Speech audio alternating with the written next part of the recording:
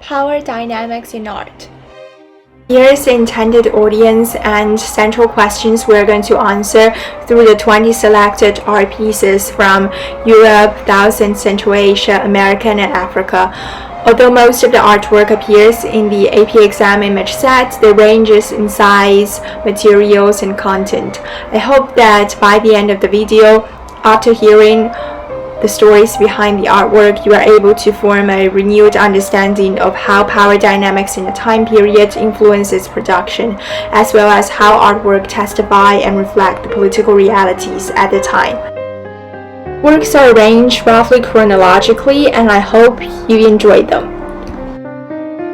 So it starts with ancient Egypt, Palette of King Narmer from pre-dynastic Egypt, 3000 BCE. It is said to be one of the earliest historical artworks preserved. The palette is a utilitarian object used to prepare eye makeup. However, another layer of meaning is added on the object to commemorate the unification of the two kingdoms. On the back of the palette, the king wears the crown of Upper Egypt and slays the enemy, which is a standard pictorial formula of ancient Egypt to signify the inevitable triumph of Egyptian good kings over their foes. On the front of the palette, King Narmer wears the crown of Lower Egypt, revealing the beheaded enemies, which is again a symbolization of victory. Here's another beautiful Egyptian art piece called Fallen in the Marshes from the tomb of Nabammon in Thebes, Egypt. Nabammon is a scribe and a counter of grain in New Kingdom. In his grave, there are mural paintings that depicts him enjoying the eternal afterlife. In a following scene, Nabammon is shown hunting birds in a small boat with his wife Hatshepsut and their young daughter in the marshes of Nile. He holds 3 birds he caught in his right hand, which represent his triumph over the force of nature. The artist scaled down the figures of his wife and daughter in proportion to their rank. Here we comes to the ancient Greek world. It's a Roman home copy of a head of a bronze statue of Pericles. The sculptor Chrysalis was said to make a nobleman appear even nobler. Pericles wears a Corinthian helmet of strategos, which means general, the elective position he held 15 times. The Athenian leader was said to have an abnormally elongated skull, and Chrysalis recorded this feature well. The Roman copy reproduces the head only. However, in the original work, Pericles has a perfect physics depicted in erotic nudity. Chrysalis makes Pericles to appear almost godlike through aloofness to highlight the golden age of Athenian democracy. The inner Ionic frieze of the Parthenon represents a pantheistic festival that took place every 4th year. The left picture shows the acceleration of the progression as youth mounted their horses. The right picture shows the invited guests watching the progression almost slow to halt. In the scriptural decoration, Olympian deities are merely spectators. The decision made by the Greek artist to portray a human event in the House of Divine reflects Athenians' high self-worth. At the height of Pericles' rule, their pride and ambition is reflected in an elaborate ornamentation of the Parthenon to celebrate their greatness in the Mediterranean world. The sculpture depicts a toga-clad man proudly displays the portrait bust of his father and grandfather. In Republican Rome, ancestor portraits separate the old patrician class from the plebeian middle and working class of lower citizens. Patrician pride in genealogy is the motivation for those portrait statues. The toga is the badge of his Roman citizenship, and the busts of his ancestors shows his aristocratic family lineage, probably from victorious generals. Here comes the Areopagus. With powerful armies, Augustus brought peace to a war-weary Mediterranean world for 2 centuries called Pax Romana. During that time, the emperor commissioned a huge number of public works to mold public opinion and use art for propaganda ends. The Areopagus was created to celebrate his achievement on establishing peace. This is the east facade of the Areopagus. The matron with 2 lively babies on her lap embodies the fruit of Pax Romana. Around her, the bountiful earth is in bloom, and the animals in different species live peacefully side by side. All the elements in the work were intended to represent peace and fertility in Augustus' cosmos. After the glory of the Roman Empire, now we are going to enter the 1st century and shift to the Asian world. This is the Great Stupa at Sanchi in India, constructed in late Shunga dynasty. The unifying characteristic of Shunga dynasty is the patronage of Buddhism. Since Ashoka's conversion to Buddhism in the Maurya dynasty, Buddhist elements have played an important role in art. Under the sponsorship of monarchs, Indians constructed stupas, a large circular mound modeled on earlier South Asia burial mounds, housing the relics of Buddha. A stone fence closes the entire structure to show that it is a sacred place, and to separate it from the profane world outside. The cardinal points of the stupa is marked by Toranas, shown in this picture. The Torana of the Great Stupa is richly ornamented. At this stage, Buddha does not appear in human form, but only in symbols like footprints, his seat of enlightenment, and so on. Here we come to ancient China in Han Dynasty. The material used for the banner is silk, which is a clear indication of prestige. By the 2nd century, the manufacture of silk is a well-established industry in China. It is greatly admired not only among the wealthy in China, but also in the Roman Empire, as a secret of production spread along the Silk Road. In this banner, Maqua's Dai is shown at the center awaiting her ascent into heaven, in the realm of sun, silver moon, raven, and toad. So let's pause for a moment. What do you think of the artwork we have examined so far? Please choose one adjective on the picture and then use specific visual elements in the artworks we have seen to explain why it has demonstrated the quality you choose.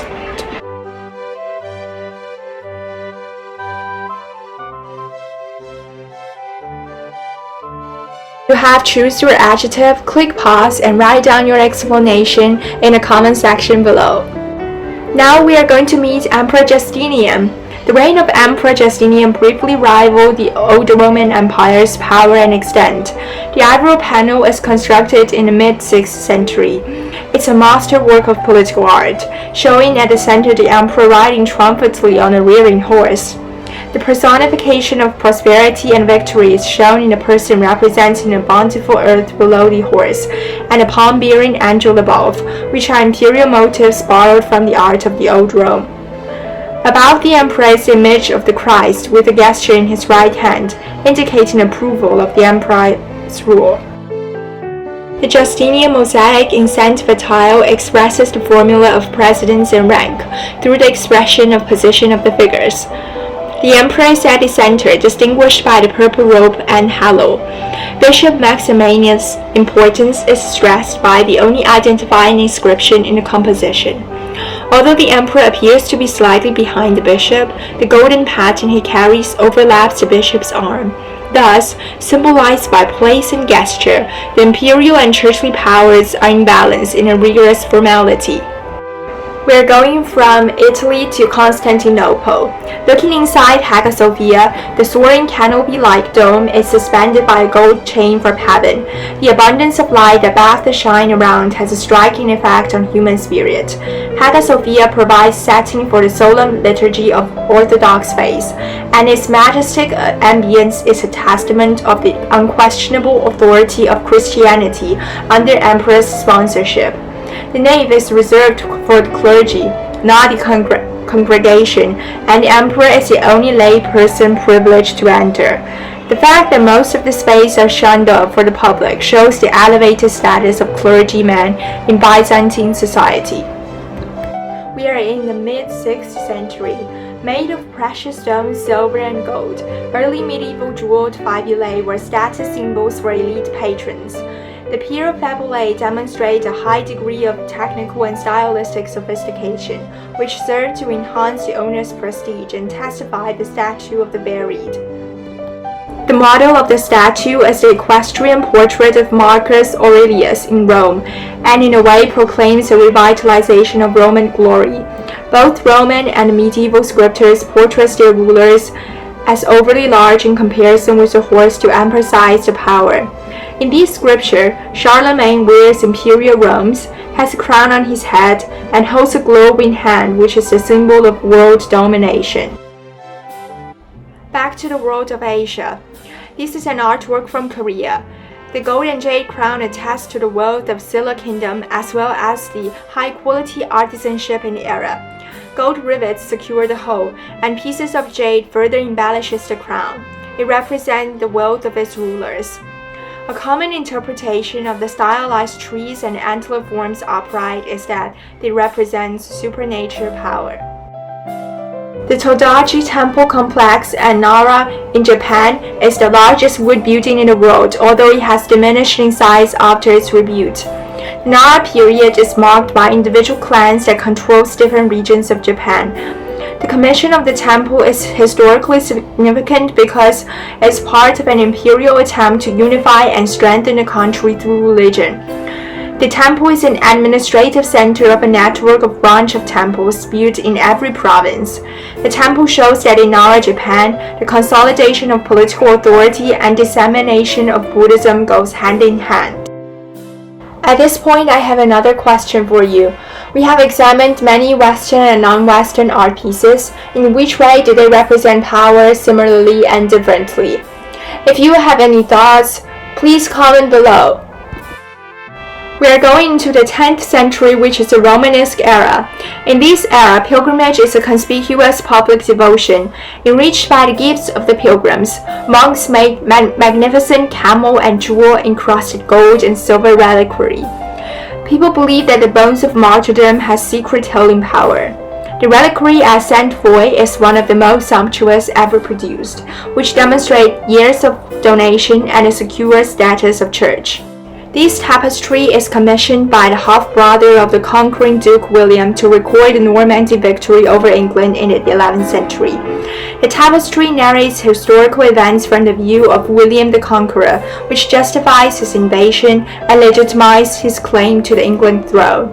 Like ancient Roman art, the historical account can be seen as a form of propaganda. The French monarch is an avid collector of books and commissioned a moralized Bible. The Queen of France, Blanche of Castile, ordered this illustrated Bible for her teenage son.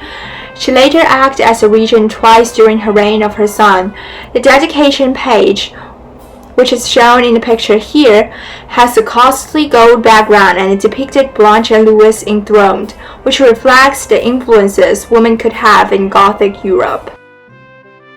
Here comes the only artwork from ingenious Americans among the 20 art pieces I have selected for this mini exhibition. The Kalayakwi stone. The Aztecs rise to power in around 1200, and they are the last conquerors of the Mexico Valley on the vast highland.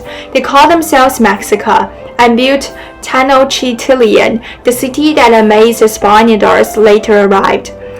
The huge Kalayakwi stone depicts a mythical event and presents the murder-segmented body of Kalayakwi. The mythical scene has a political message. The Aztecs sacrificed those they have conquered on the top of a great temple and hurled their body down the staircase, similar to the fate of the goddess on the stone. The image on the disc proclaimed the power of the Aztecs over their enemies. Let us travel back to 14th century Italy. In 14th century, Siena was an urban center of bankers and merchants with large sums available for the commissioning of artworks. Palazzo Pubblico acted as a civic meeting hall commissioned by the governing body of the city, rather than by a religious fraternity. This secular building indicates that cities are rising in prosperity, gradually appropriating the religious authority of the monastic societies of the early medieval period. The gigantic tower is a symbol of the city-state's power and a representation of the civic pride. At the end of the exhibition, I want to share a quote with you from Harvard Political Review. Exclusion, misremembrance, and exploitation are all the more likely when a homogeneous group controls the production of meaning and significance in the art world, whether they are conscious of their efforts or not. Artists grappling with how oppressive legacies affect our present and how that history should be acknowledged and commemorated. Since the time period of the 20 artworks I have selected ends in the 14th century, it is what we spend most time on in this semester, but they hardly capture the whole picture. Now the work is left to you. Find a contemporary artwork that shows how artists today handle power in their artwork.